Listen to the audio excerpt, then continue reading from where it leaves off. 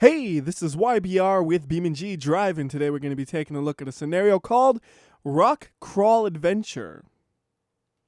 Rock Crawl Adventure. Take a rock crawling modified pickup truck and drive on an adventure up Utah's valleys. Take it slow, drive carefully, and plan ahead or you might wreck. Or you could do it the WhyBeAre way, which is floor it the whole time and hope everything goes in your favor. Now it looks like we were going to cross the bridge at first, right? But we're not. We're actually going to go under the bridge, and this is not the ideal angle to take to get down here, but I made the harder angle look easy. There's an even easier way, but I made the hard one look so easy it doesn't even matter, right? And I really like the color of this pickup truck. I'm not sure if it's a stock color or if it's a modded color, but if it's a stock color, I should definitely use it in a future video because it's not the kind of color you would normally expect to see a pickup truck in, but it pulls it off really, really well. Now as for the scenario itself, if I didn't know this was a mod, I would fully believe it was a stock scenario because it's just really well done. And it's driving on a part of Utah, USA that I don't normally drive in. In fact, I don't know if I've ever driven on it outside of this scenario. And I don't mean ever driven on it in a video, I mean ever driven on it, period. And it's a real good feeling to it. Like, it actually feels like a course. And I don't know how much of that is just it was actually designed as a course and the guy put the checkpoints in, or if it's just really well-placed checkpoints. And right here, I like these sections where you got to take it slow, crawl up a bit, and then you can keep flooring it. Because right there, if you floored it, that's how you wreck a suspension. You just whack the wheels in the boulders, they're sticking out the ground going 30 miles per hour. Yeah, that's how you destroy a car, or a truck in this case. But when we're going through the valley like this, it just feels like such a natural course.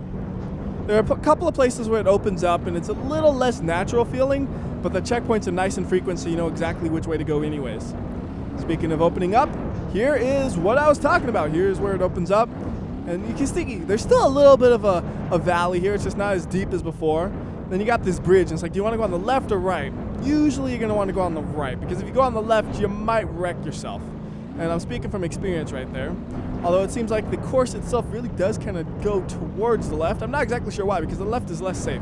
The right is easy. Left, yeah, I wrecked myself there before. Fully admitting it, I wrecked myself. I also really like when these sections like this one, you really don't have to slow down if you have the precision. But anytime there's just like a real tight thing where the truck barely fits, it just feels so nice. Like, it's just like the perfect fit, and it's just like, oh, that feels so good driving through that. And it really feels like the guy who set up all the checkpoints looked for those, found them, and make sure you got to drive through them. Now right here, this one feels a little off. Like, it feels like that one pulled you out a little bit too much. But then you go right back over to here, and then it's like, you're fine, everything's good again. And if you wanted to, you could really cheat your way over this one. You could just go onto that road, drive on the road a bit, and then pop back into the dirt over here afterwards. Like, it's not really a road, it's a dirt road, and then we're going back on the dirt. So how much difference does it make? Probably not that much. And again, another one of those really tight fits. I love those. Now, if I went fast with that, I would have got some air time.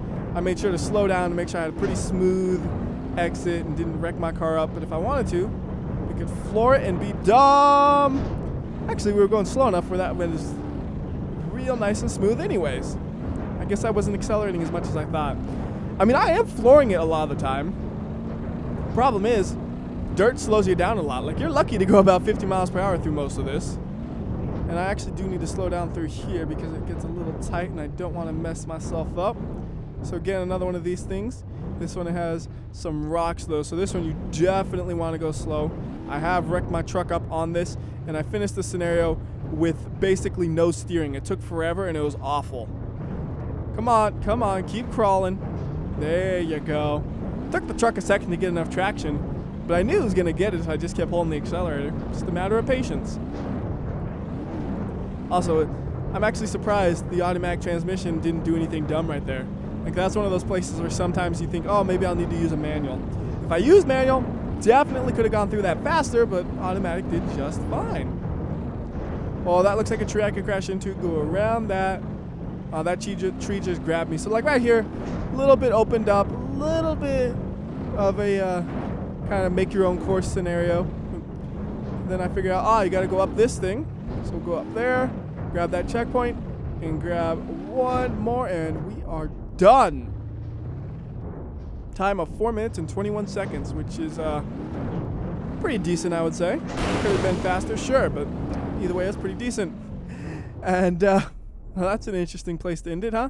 little bit of a short video, but it's not that long of a scenario.